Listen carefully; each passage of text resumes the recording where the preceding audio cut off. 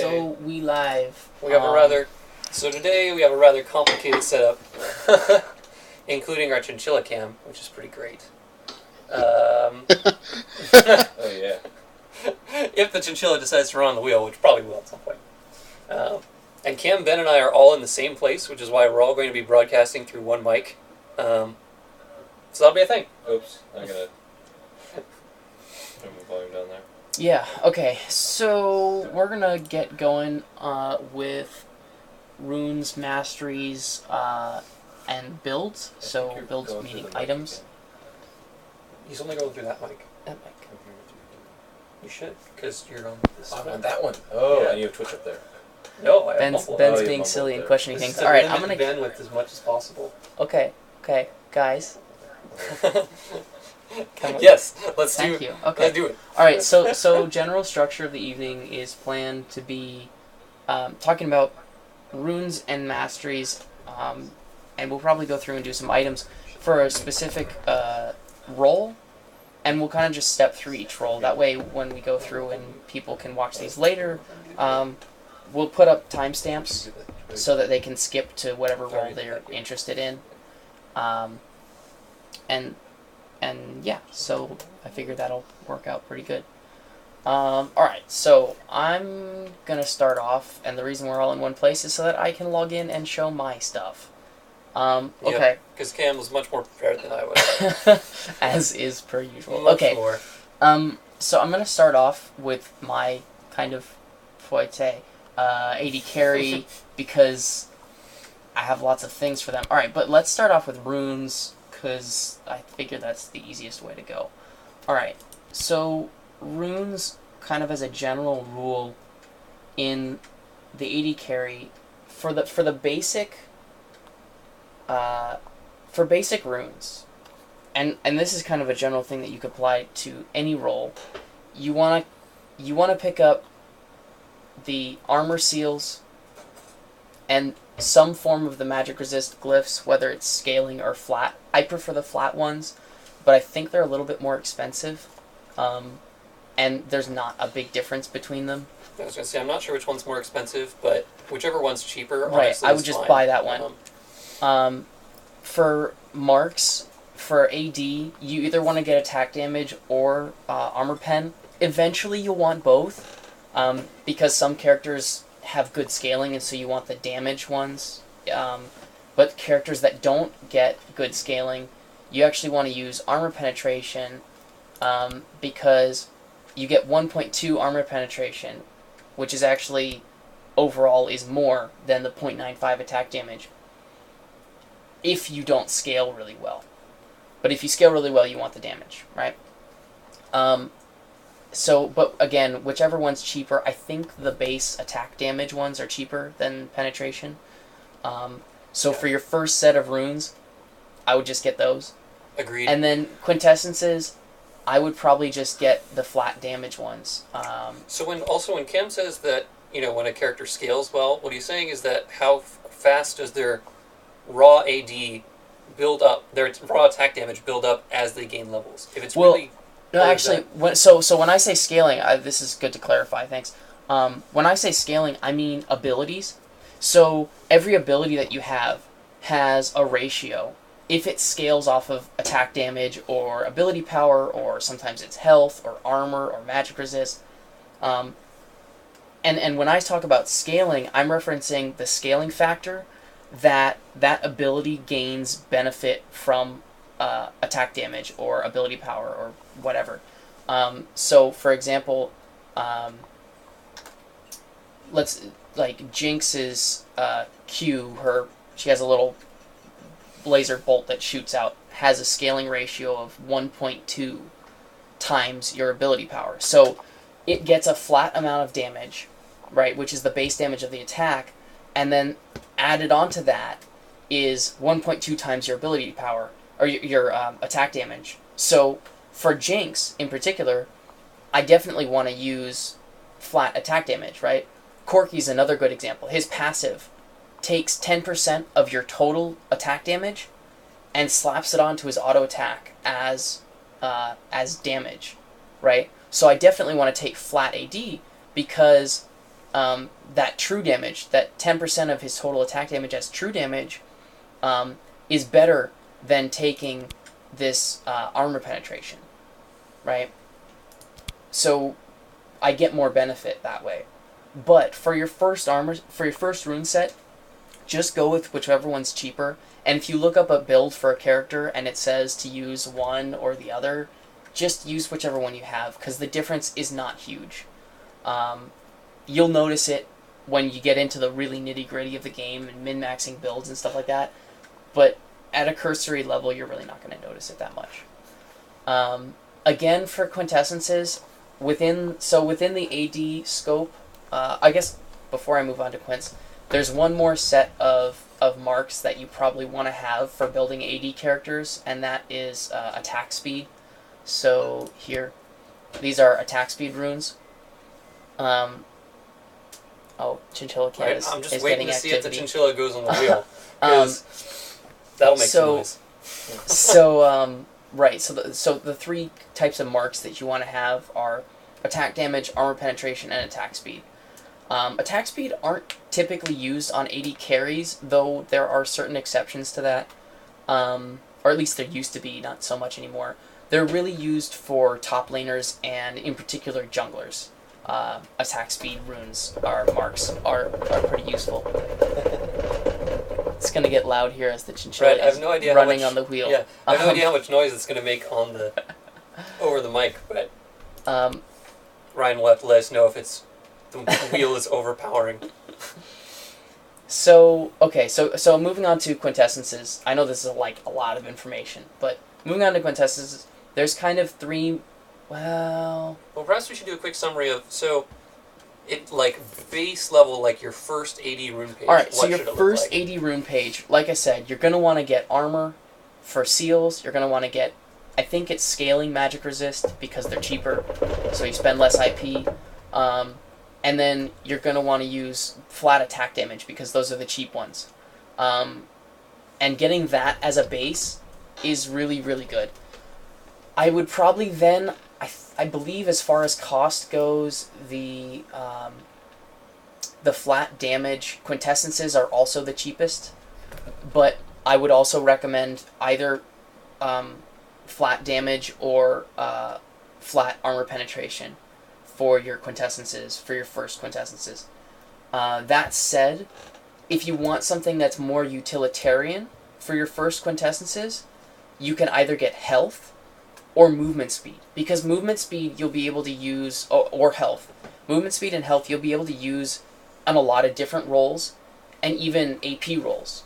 So if you're just going for the bare minimum runes, they're more expensive, but move speed or health quintessences will help you with your AD roles, your tanky roles, your support roles, your AP roles, jungler, top lane. They'll kind of cover your bases. But if you want to dedicate to AD or AP, then pick up either flat damage or flat armor penetration. So yeah, that's a really good point. I mean, move speed and health pretty much never hurt. So right. Yeah, move speed. They're always going to be useful on someone. Good choice. This is a very basic rune page. Now, I don't think I have... Yeah, I don't even own the scaling magic resist glyphs because I picked up the flat ones because I had a lot of IP. But this is my flat AD page. And you can see it's just a buttload of physical damage, armor, and magic resist. Because I have all AD quintessences. I have armor, seals, magic resist glyphs, AD marks, right? This is a very basic page. This is a relatively cheap page. Once you have more money, this is another page that I highly recommend, and this is, I've got a game invite here, I'm going to decline that. So this is a lifesteal page. So I actually have a full set. You'll notice this is actually a damage quintessence. But these two are both lifesteal. I actually have a full set of lifesteal quintessences, and I use them on occasion. But I typically find that 4% from 2 lifesteal quints is enough to keep me sustained in lane. And I'll build up more lifesteal later on. It's basically enough to keep me sustained from a heavy poke opponent long enough till I can get my Vamp Scepter. And that's something that's just, a little bit useful. It's also, 4% will keep scaling later in the game, which is something else that's really nice. But I do, on occasion, also, I'll take, 2 lifesteal and a move speed. I've taken some kind of obscure rune pages in the past. But that's this is another really useful page. I tend to use, basically, this page, flat AD, this page, flat armor penetration, when I don't need the scaling factor. So, one of them where I don't need the scaling factor is Vayne or Ashe. They don't scale particularly well based on AD, or Tristana is another one. So I take armor penetration on them because I don't need that scaling, and this gets me better damage, especially early game. But I also use the lifesteal page, so on people like Sivir or Ezreal or Jinx, where I'm going to need that lane sustain because they're not super strong at early levels, I take the lifesteal. And that's, and this is, again, I have lifesteal, so you can see on the penetration page, I take full 6% lifesteal. Because I find I get more benefit out of the 2% lifesteal than I do out of that little bit of extra damage. Just, again, with the characters that I'm playing it on. Okay, so I'm going to move this into... one thing to interrupt. Yes, no, ask. This may be a noob question. Is lifesteal based on total damage done or percentage of health of an enemy you last hit? Total damage done. Okay. Yeah, so you get a percentage of the damage that you deal. And it's important to note, it's a good question. It's important to note that certain spells you can gain lifesteal from. So if a spell says that it applies on-hit effects, lifesteal is considered an on-hit effect. So things like Ezreal's Mystic Shot will steal health. And that's huge because his Mystic Shot damage is massive. Other ones are Miss Fortune's Double Up, which is her Q, which is basically shoots a heavy damage shot that then bounces. And she gets lifesteal from both hits. So by throwing those spells out, you can give yourself a big boost in health. I've had times where I was dueling with Miss Fortune, and because my cooldown reduction was so high, and I could spam the double up, I was out-sustaining somebody that was in my face meleeing me because I could get the damage out. And that burst really, really helps with that. So I'm going to move into Masteries real quick. Yeah, I think that's a good move. Because we're taking a long time here. Yeah, this is going to be a long episode of the LoL Dojo. It's just, that's kind of by the nature, it's going to be a long episode. Yeah, that's true. Okay, so I have, I think, 5 AD carry pages, because I play AD carry a lot. I'm going to delete this page. Yeah, honestly, for a normal player, so you don't need that. I'm going to go through the basic pages. I'll kind of go through. They're very similar. So I have minute changes for a variety of pages, and I'll kind of highlight the core aspects of each, and then where they differ, and try to talk about what that gets into. So this is basically these 2 pages that are labeled like AD carry basic, defense, and utility. So I try to differentiate between caster carries or more caster-like carries and more auto-attack based carries. So auto-attack based carries are people like Ashe, right? Or Tristana, Tristana could be argued to be a caster carry, but people that are really heavy on their auto-attack. Vayne is a classic example. You're using your skills a lot, but you're not necessarily throwing out a lot of damage via your skills. This is going through Masteries that just got refreshed, I should note. So These are by no means optimized. I have done very little play with these masteries, but I figure I've got my grounds covered. I've kind of covered my bases by touching a lot of different aspects. So this is kind of a very straightforward AD page. Double-edged sword is really interesting, and you're basically going to take it on any carry. And anybody you're planning on doing a lot of damage with, you're going to take double-edged sword, because it's strong. Just bonus damage, basically. But you get squishier, right? Classic. So Fury is, attack speed bonus, and this is your base level. Brute Force gives you additional damage. It's not much. It's actually a very, very small amount. But it's, really you're taking this to get to that, because that 5 damage at level 1 is definitely going to be noticeable. Executioner I think is a really interesting one, because as you increase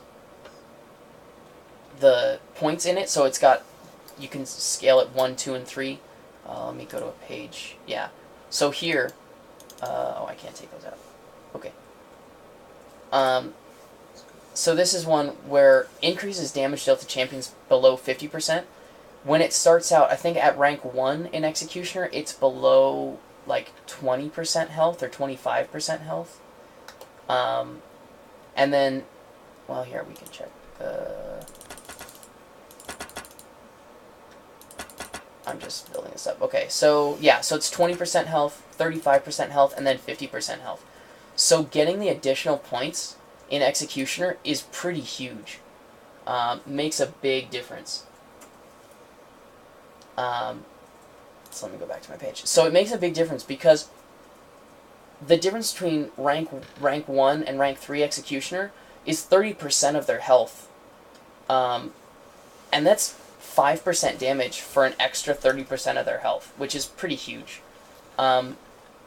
Dangerous Game, I don't think is actually that great. I have it here because there wasn't anything better that I wanted to take. This is good, but I'd have to waste the point in this just to get there. But Dangerous Game, it can definitely be useful. Killing a champion restores 5% missing health and mana. For those champions that are looking to clean up in a fight, Jinx and Vayne, Kog'Maw, characters that are really looking to sit out of the battle and then really just clean up at the end of a team fight, this is a good one, because it just allows them to chain that much better. Tristan is another example of that. Warlord, basic attack damage by 5%. You're going to want this on any AD carry build, and pretty much any AD focused build. Again, devastating strikes, 6% armor magic penetration. You're going to want this on pretty much any carry build. Critical hits grant 5% attack speed, stacks up to 3 times. So that's 15% attack speed that you can get just from this one mastery. That's huge, especially on crit heavy champions. And, so characters like Ashe or Tryndamere that get, like, a lot of crit passively, that's really, really big. And then final 3% increased damage from Havoc. You're just going to want that. If you're doing an AD heavy build, 3% damage, can't say no to that. So the other 9 points I've put in the defense tree on this one. So this is going to be a character that's really focused on trading in lane, because they've got increased magic resistance and armor, and then increased health.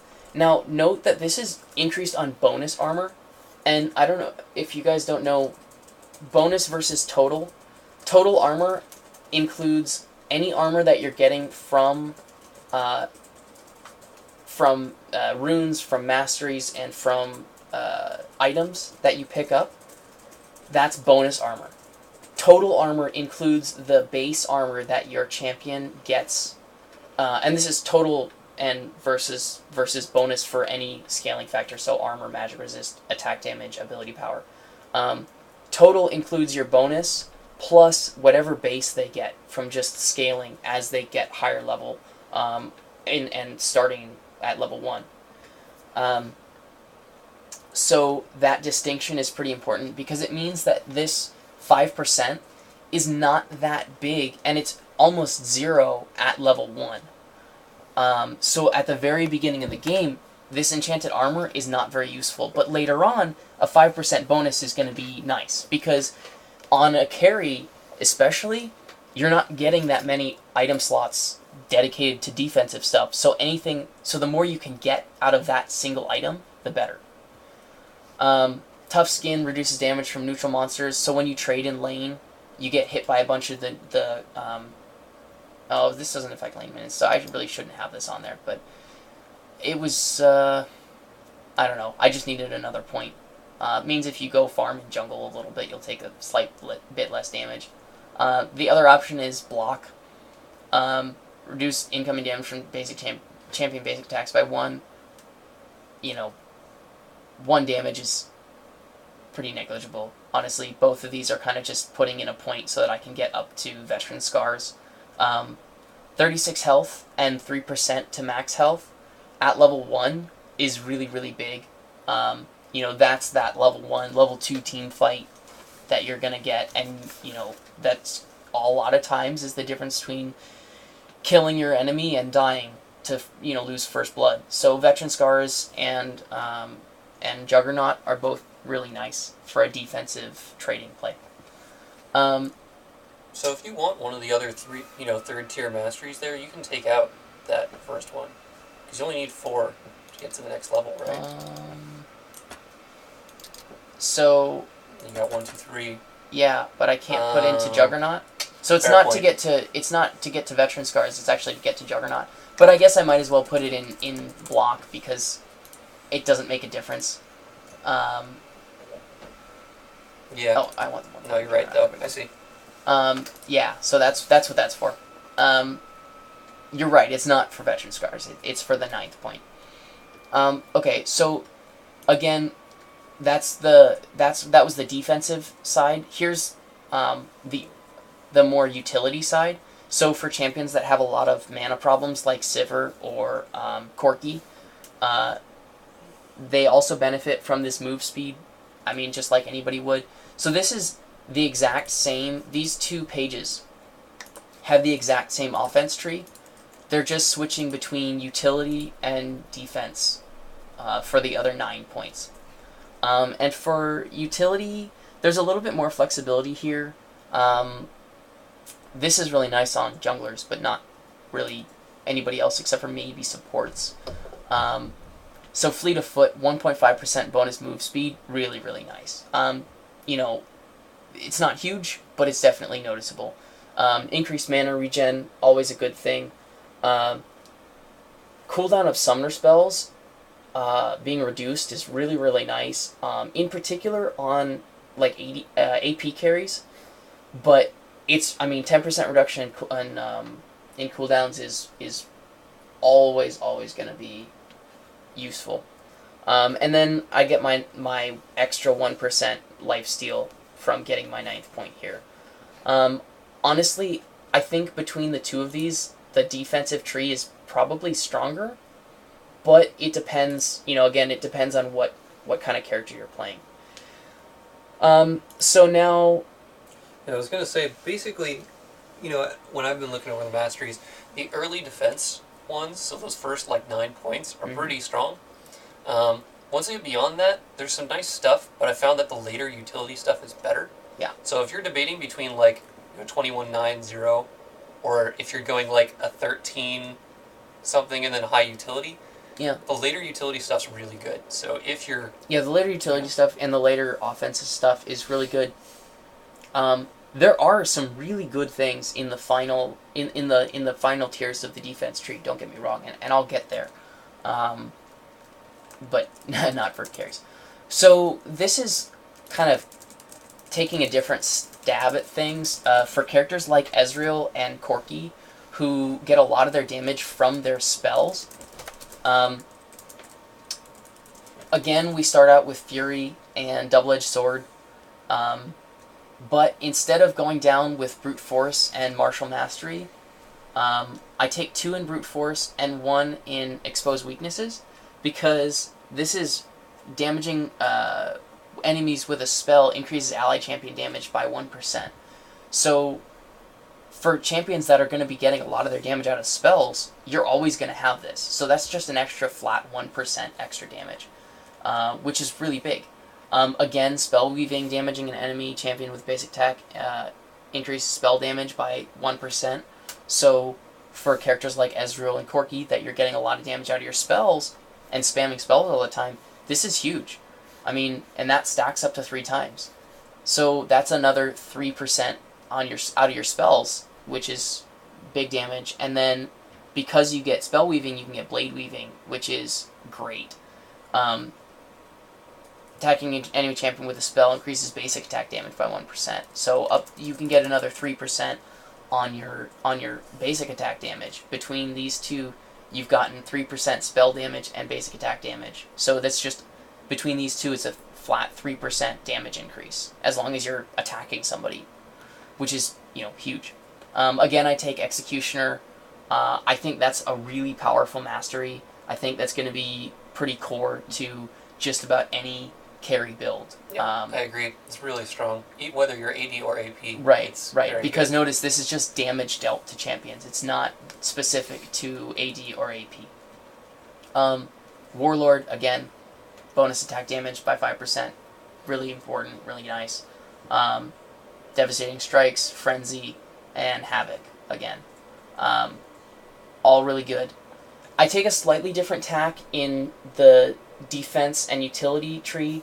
I have a hard time passing up movement speed, and having it in first tier for utility is just a little bit too hard to resist. No, I totally agree. Movement speed almost always isn't a bad thing. Right. Like, it's almost always good to have movement speed, no matter what you're playing. And because I can still get 2 points in Veteran Scars, I miss out on 12 health, but that doesn't worry me too much, and I do miss out on Juggernaut as well, the 3% max health, which might hurt late game, but you're really going for strong damage here. Hi. Nice to see you guys here. I came to visit. So, again, these we've talked about before, but I just take a slightly different tack here. So now, to go for offensive, with a caster-based carry, I do the same, I have the same offense, but I actually take more because I'm only taking 6 in utility to get my move speed and my mana regen up so that I can spam spells more. And I'm actually taking 24 in offense to pick up the final point in Brute Force, Martial Mastery, and Dangerous Game. Now, I might change Dangerous Game to take out Dangerous Game to get that extra 0.5% in move speed, and that's something that I'm going to have to play test and figure out if I want. In fact, I might do that right now, just for the sake of argument. I think this might be better, just because 5% of your health, it's not huge. It's something there. I might find it better the more I play, but at this point, I think that 0.5 move speed is probably going to serve me better. Okay. So the last AD carry page I have is an AD carry that doesn't rely on mana at all. And you can see is very, very offensive. I have 27 points in order to pick up cooldown reduction, 5% cooldown reduction. And this is for characters like Riven and Tryndamere that don't have any mana, but could also be used for somebody like Zed, who has energy, or somebody, I'm trying to think of... There's a couple AD carries that just aren't that mana reliant, and so I might do this because it allows me to take this big cooldown reduction, and then I still take my enchanted armor and my 1 point in Fleet of Foot. And these might change, but this is an extremely aggressive page. Like Okay. you said, though, for manaless, it makes a lot of sense. Yeah, absolutely. For if you don't have mana, You want to spam stuff as much as possible, so that 5% cooldown reduction is huge. Yep. Basically, new Masteries offense is OP. At least from what we've found so far. Okay, so real quick for AD carry, summoner spells that you're going to want to take are Flash, and Barrier, usually. You might take Exhaust, you might take Ignite, but generally speaking, You might Flash take and Cleanse, Barrier or maybe. Cleanse is the other one I was going to say. Barrier and Cleanse are going to be kind of your bread and butter, your go-tos. Cleanse is huge for an AD carry. It's really nice on a lot of roles, but AD carry in particular, because you're going to be focused so much by the enemy team's CC, you want that Cleanse. Barrier, I would take, basically, choosing between Barrier and Ignite. Ignite is nice because it's true damage, but Barrier at level 1 is 115, and Ignite at level 1 is 70. So at low levels, you're getting a lot more out of Barrier than you get out of Ignite. And that's just math. Flash is something that you're pretty much going to take on everyone all the time. There are very few exceptions, but there are exceptions. Sometimes you want Ghost. Flash is just too good. Yep, It's crazy good. And it's funny because throughout League, they've nerfed the crap out of Flash, and everybody still takes it because the ability to dash, the ability to blink, and go through walls, and it's just too good. Yep. For gap closing, for running away, for everything. It's just too valuable. And, there are champions that have built-in blinks. There are even champions that have multiple built-in blinks, but having another one is never a bad thing. And, in fact, is probably, I would consider it always a good thing. So, you're pretty much always going to take Flash as soon as you unlock it at Summoner level 12. Before then, I would recommend Ghost. On a carry, Ghost is great. Allows you to phase through units, and you get massive increased move speed, which is great. I mean, for either running away or for chasing down enemies. It's really, really nice. So I would take either Ghost. I would take Ghost and either Barrier or Cleanse for my AD carry if I don't have Flash. Yeah, and the what about Revive? Is Revive any good? On very specific characters, most of the time, people don't pick it up, from what I've seen. Mostly because you're hoping to not have to use it, right? It's like... So there are a couple characters that benefit from Revive. The one big one in particular is Karthus. Yeah, Karthus is the main one. Because there's this teleport revive strategy. Because Karthus is really interesting. He's an AP carry, and he's got a lot of damage, but he's pretty squishy. But his passive lets him hang around for 8 seconds after dying, still in the fight, and casting spells the whole time. So there's this strategy with Karthus where you throw it at you get in the fight and you die. You throw out your ult, and then Revive refreshes cooldowns. So you throw out his ult, which does massive damage to everyone on the enemy team. By default, that's just how it works. It's a global ult. It's a massive burst of damage. So he's hanging out in the team fight. He dies, throws out his ult, thrown out spells. The second you go down, your passive goes down after that 8 seconds, you tap Revive and teleport back into the team fight, and you can throw out your ult again. Right there. That's huge amounts of damage. I mean, and this was a strategy that was developed about halfway through the last season, and because Karthus got a small buff, and people started playing Karthus and picking up Karthus, and people started playing him in solo queue ranked, and just powering up the ranked ladder, because it was just so strong that people were carrying games by themselves, by just getting built enough. I mean, talking about getting from out of Elo hell into the 1800 plus Elo rankings, which is pretty much bare bottom, all the way through, getting close to the diamond ranked. which is really good. So that's an exception. Generally speaking, I wouldn't take revive unless you plan on dying all the time. Right. Basically, But- it's like I wouldn't take revive unless you have a particular strategy built around it. Right. Because most of the time, it's not going to be that helpful because you probably won't be able to get back in the fight in time for it to have been useful to gain that extra, Exactly. 30 seconds or whatever. Now, granted, if you take revive, you're going to want teleport, right? Because if you're taking revive, you're Right. planning on dying in the middle of a team fight or at some critical period. You're also going to want home guard, because the home guard boots, which we'll talk about in a little bit, let you basically zoom out of base at crazy high move speed. Yeah. All right. So I would say, the basic... Oh, Yeah. you have a question? Go. So yeah, I mean, you were talking a lot about the AD carry and his like Mhm. summoner spells. How does this compare to for like the AP carry? Is he So we're gonna take get all there. the same stuff, or is Yeah. it okay? So first, a quick summary of AD carry. Basically, by default, I would take Flash and Barrier if you don't know what you're doing. If you're playing in a pub game and your support doesn't take Exhaust is probably worth it over Barrier. Yep, absolutely. If you're being really aggressive in bottom lane, and you don't think when you're going to have too when much Luke trouble, means your pub, he's talking about your support. Right. Yes, I'm talking about your own Yeah. support. If that's somebody, if they're not grabbing Exhaust, it's probably worth it for you to grab it. Yeah. So you want at least one on the team somewhere. If you're being really aggressive in bottom lane and you think it's not going to be too much of a struggle, you can grab Ignite, maybe Yeah. get some kills.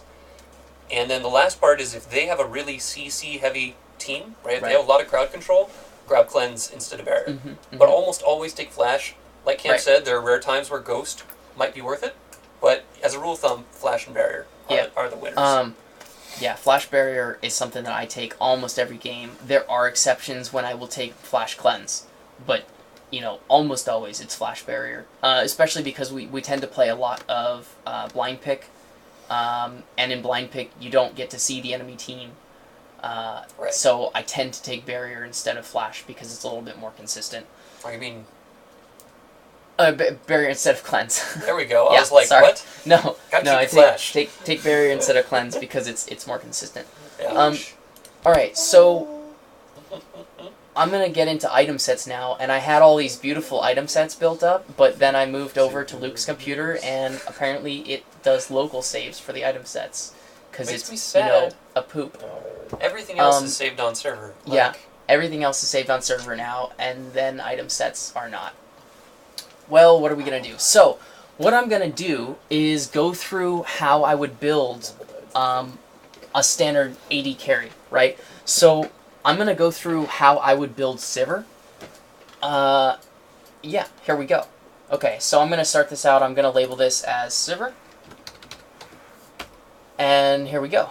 So, I'm gonna say that this is set for Summoner's Rift. And it's specifically designed around Sivir, so I'm just going to go here, I'm going to type out Sivir, click, and then I'll go back to my items. So, and we'll save that. So now this is a Sivir build. So for starting items on Sivir, I'm going to take one of the warding items. Most likely it'll be warding totem, or sorry, one of the trinkets. Most likely it'll be warding totem, so that my support can pick up sweeping lens. Because they're going to be buying wards already, they don't really necessarily want the 60-minute or the 60-second ward. They're probably going to just want to pick up sweeping lens so that they can clear the enemy support's wards. So these are brand new items. It's probably worth mentioning exactly Mhm. what all the options are. Okay, as so far as sure, the trinkets sure. go. So 'Cause trinkets- everyone is going to buy a trinket. Yeah, trinkets are brand new and they're free, so don't skip it. Basically. So sweeping lens basically allows you to reveal enemy wards or traps that cloak.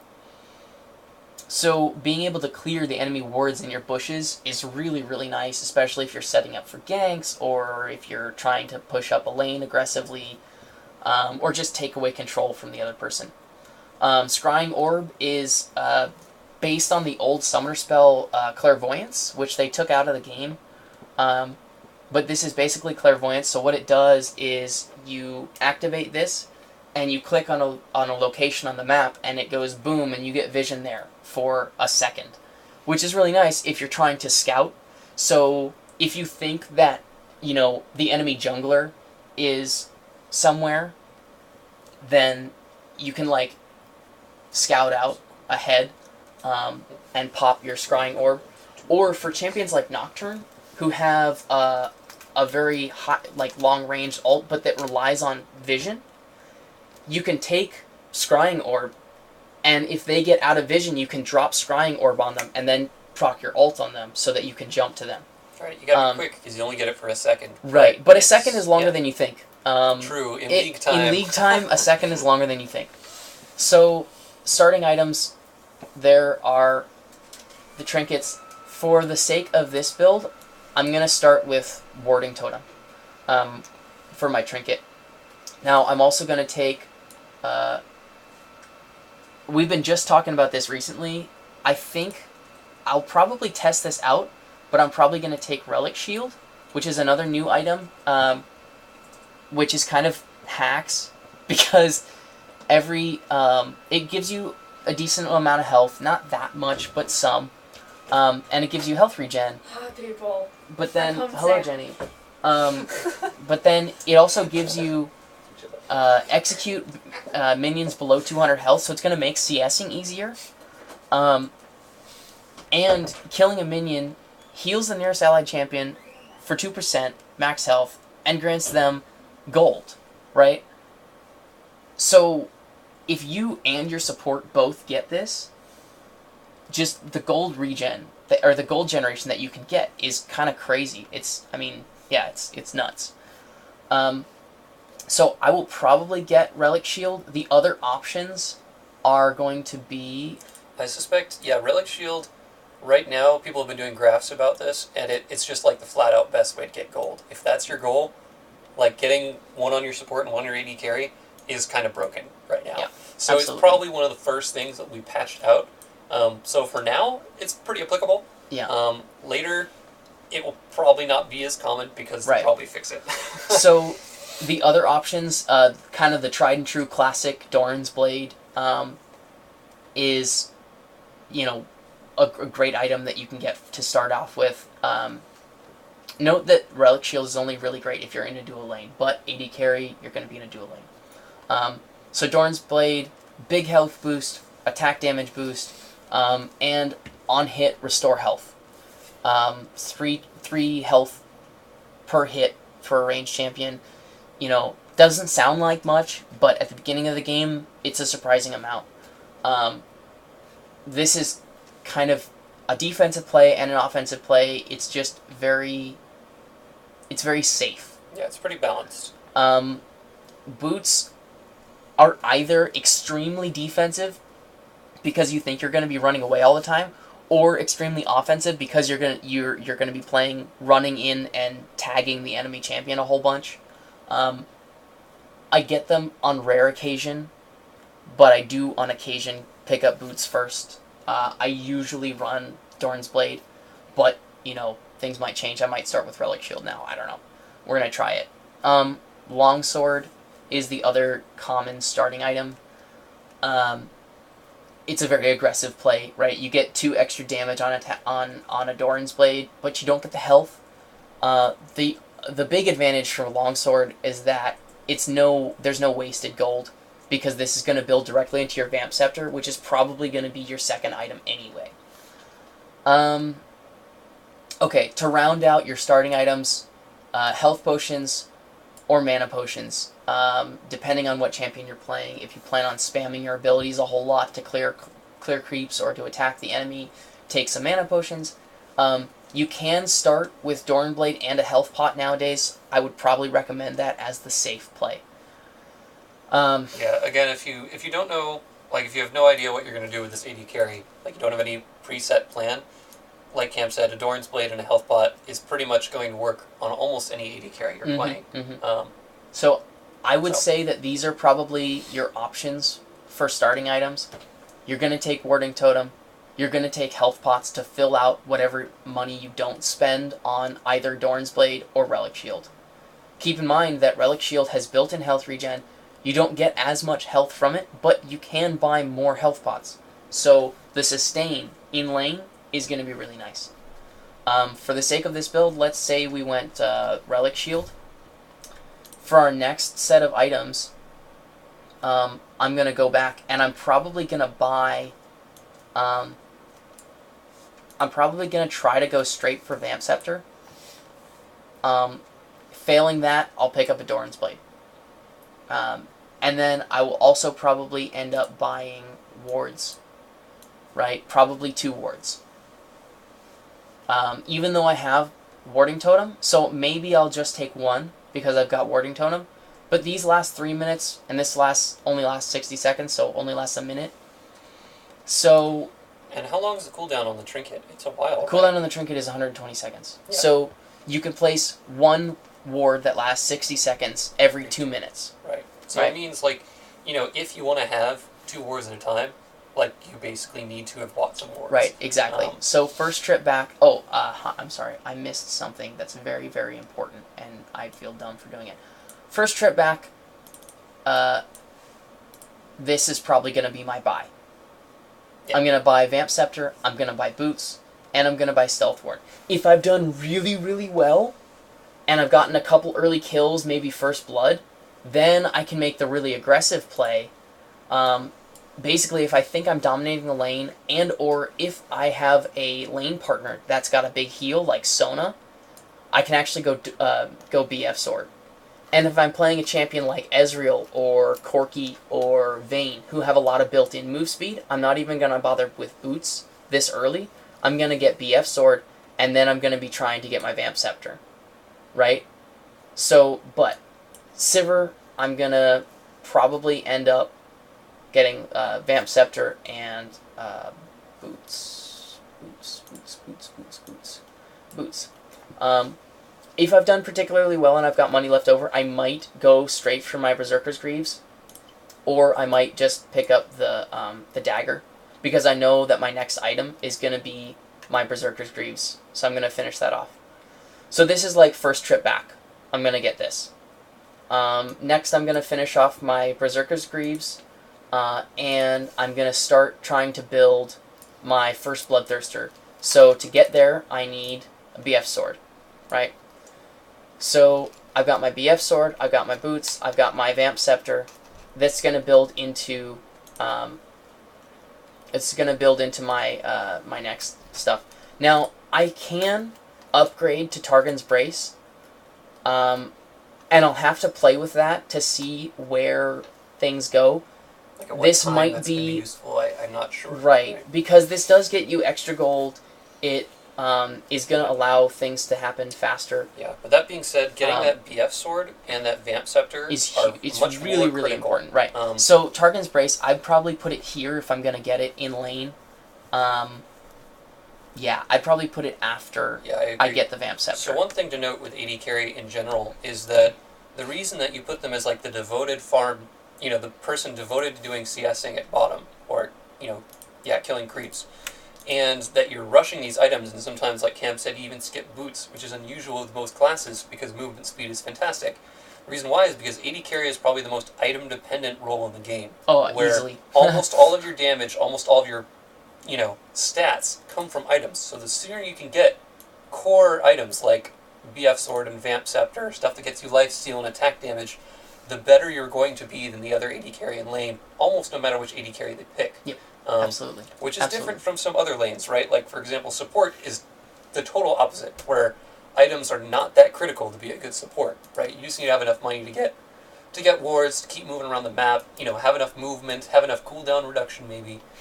So that's something to note, is that, like Cam said, you might want to upgrade that getting gold item, because it'll just let you snowball that much faster. But the key thing is getting that attack damage and lifesteal and the key early. thing to note is it costs 850 gold to do so. Right?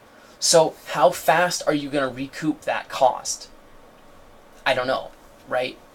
Because, I mean, it does give your support more money, which is something to also consider, right? But that 850 gold is a lot. I mean, 850 gold is a Vamp Scepter, right? Is 2 daggers, right? Is your Boots, basically. Another thing to note is that your support is going to optimally be pushing for that as soon as possible. Yeah.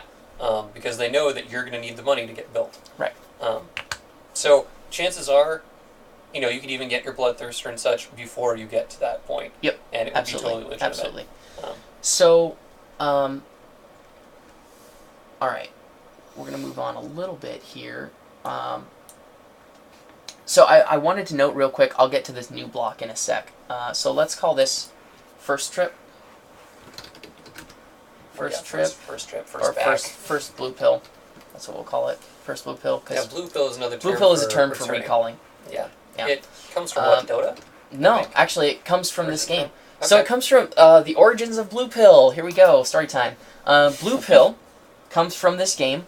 So in Dota, there's an item called a teleport scroll, and they wanted to implement something similar in this game, but not let you teleport out to base, just to let you get back to base faster.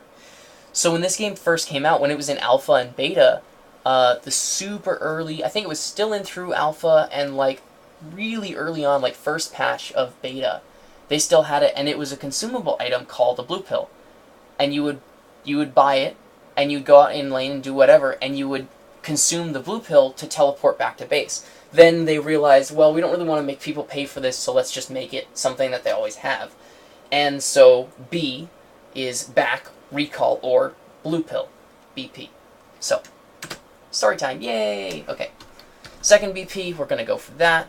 I wanted to point out, before I get into this new block, Bilgewater Cutlass, if you're playing a character, Vayne or Kog'Maw, characters that heavily rely on building increased attack speed, Bilgewater Cutlass is going to be your buy instead of BF Sword.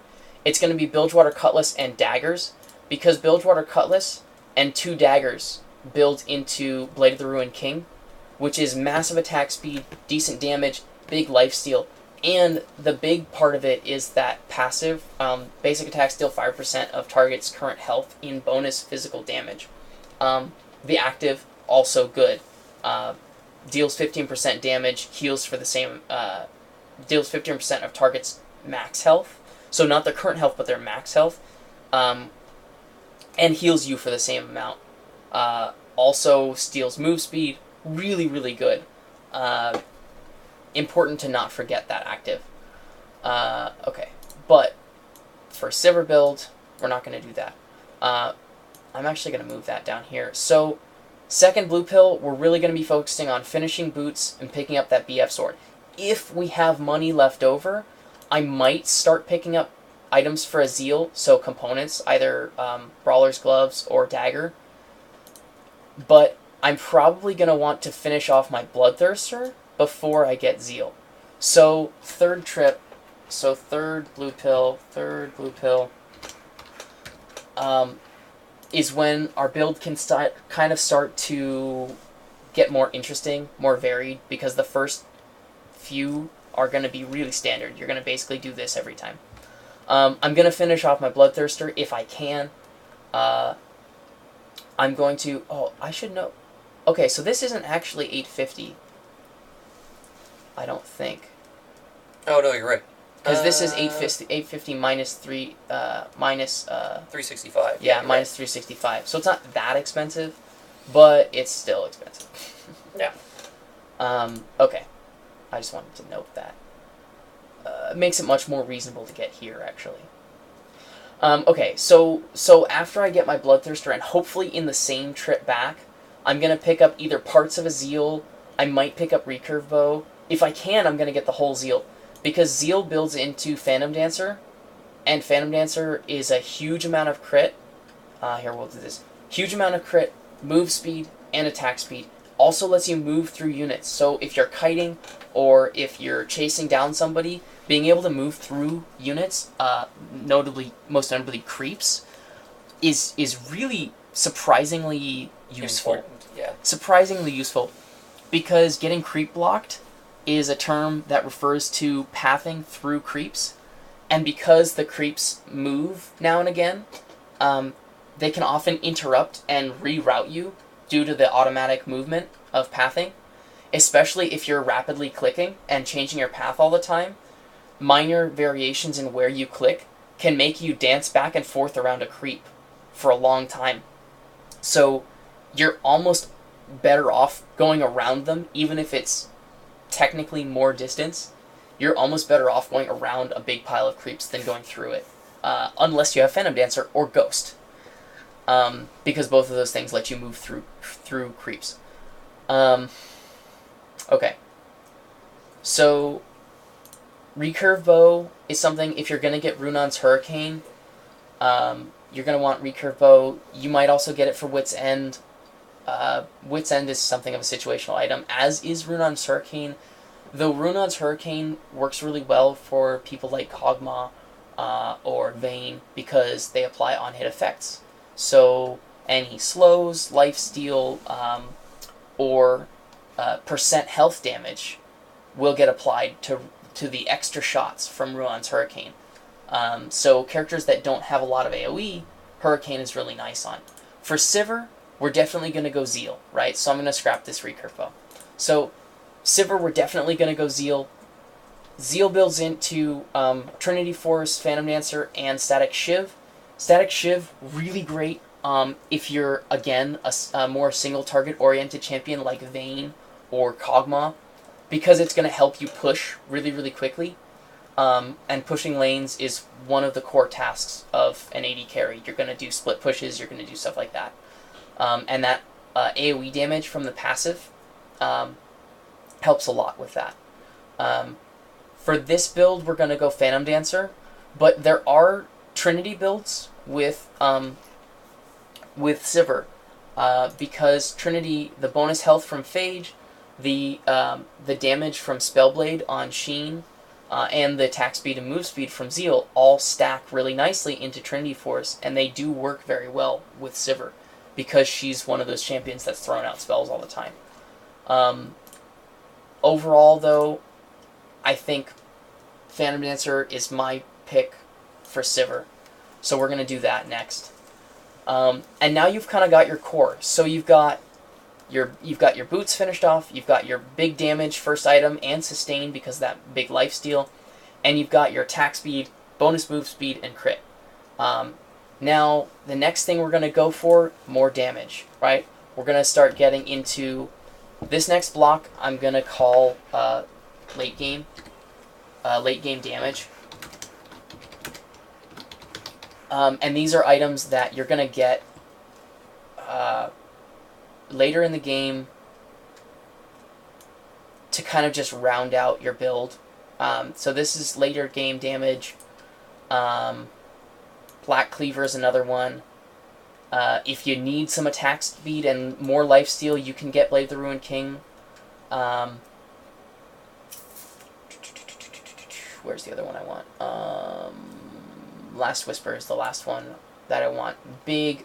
So Last Whisper and Black Cleaver are both armor penetration items. Black Cleaver is really nice on Sivir. Because of the cooldown reduction, gives you your spell shield more often. Also, you can keep up the passive attack speed bonus by having Bouncing Blades active more often. It also benefits because that synergy with the attack speed bonus from Bouncing Blades really helps with your Black Cleaver, because the passive builds up to 5 times. So you can see dealing reduces percent of their armor up to 25%, stacking 5 times. So it also gives you extra health. Last Whisper, really good. 35% armor reduction on enemies, 40 attack damage. Not too expensive, so it keeps the cost of your build down. I'll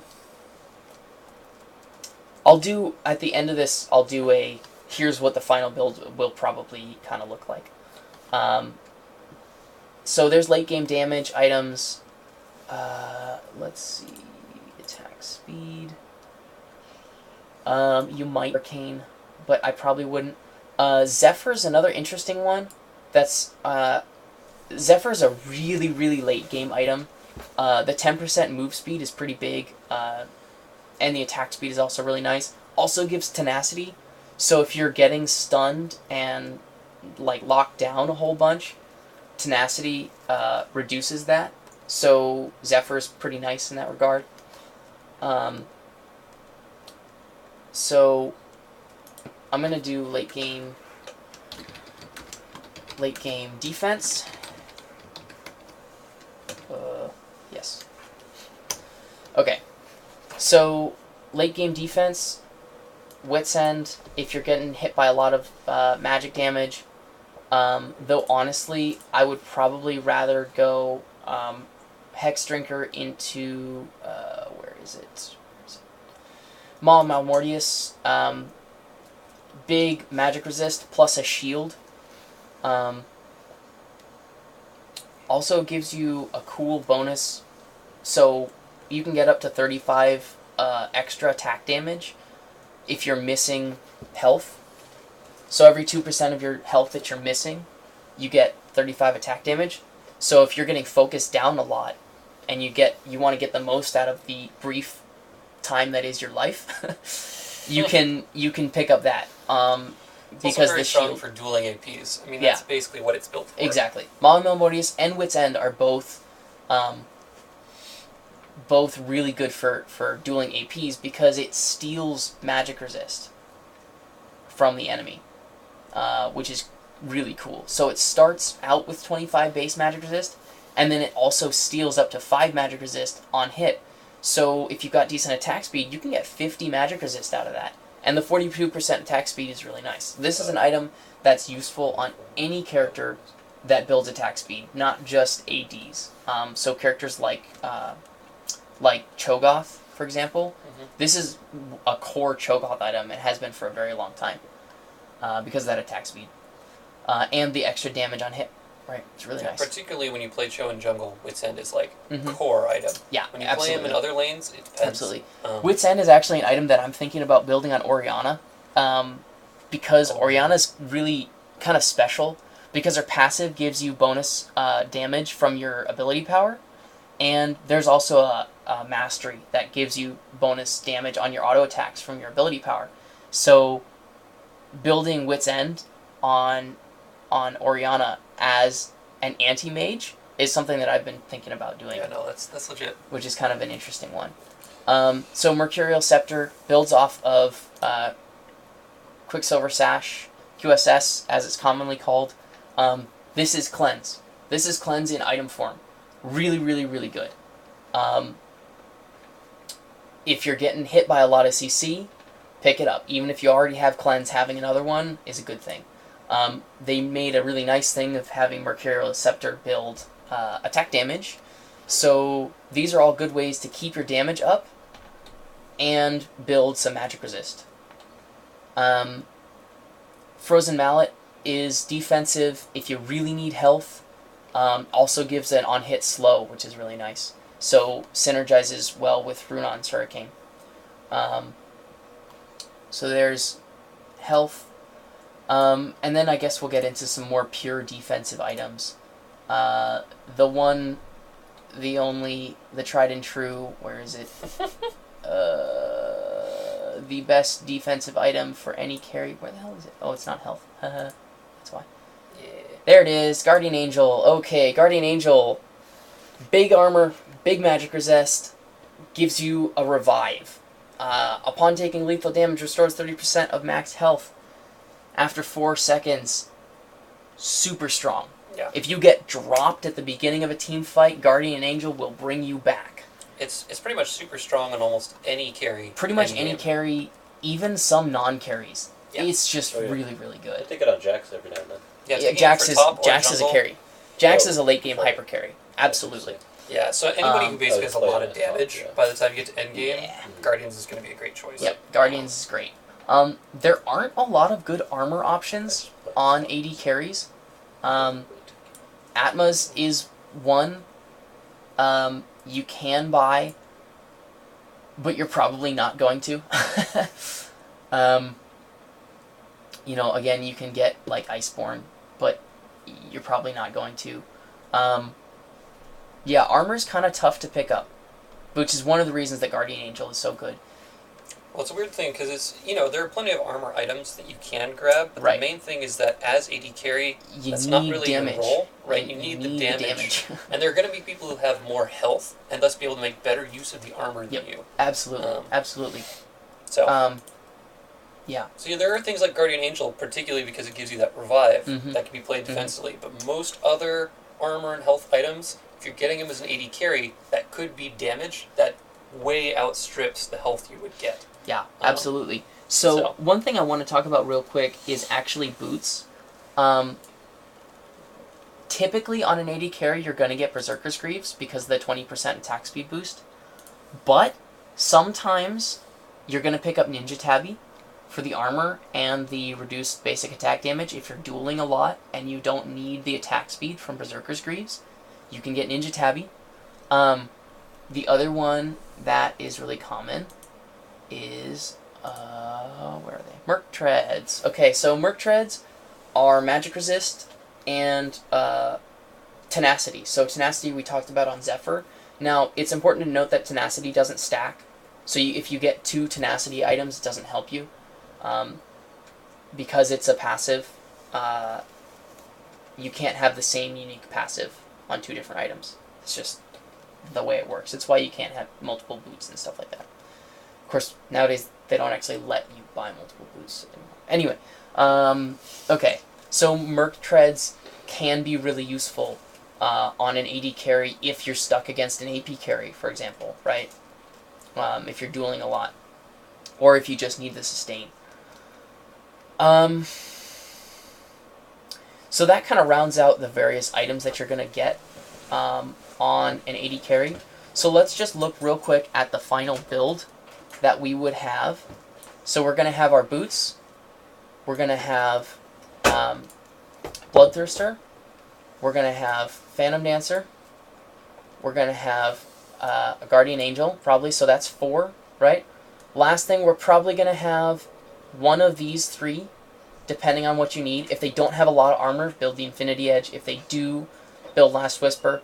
If they're somewhere in between, get Black Cleaver, because it also helps your sustain, right? So I'm going to say we'll pick up...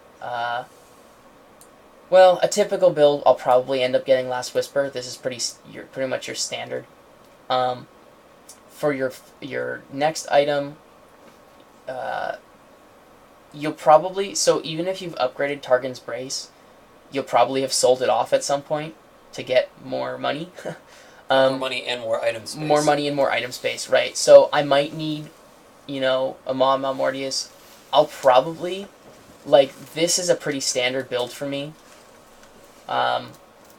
Infinity Edge plus Last Whisper plus Guardian Angel, especially on Sivir, this is a pretty standard build. I might get Zephyr instead of Last Whisper. I tend to take Infinity Edge as a pretty core item.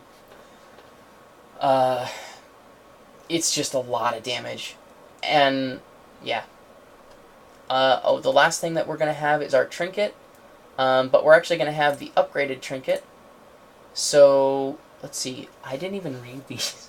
Greater Stealth Totem and Greater Vision Totem. Oh, okay. So, I'm probably going to take Greater Stealth Totem. Because it allows me to place extra wards that actually last longer. No, this is standard. Places a standard ward, basically. This one... Yeah, so this place allows you to get a free standard ward. So that's probably going to be my Trinket. Yeah, for an AD carry, I'd say so. For AD carry.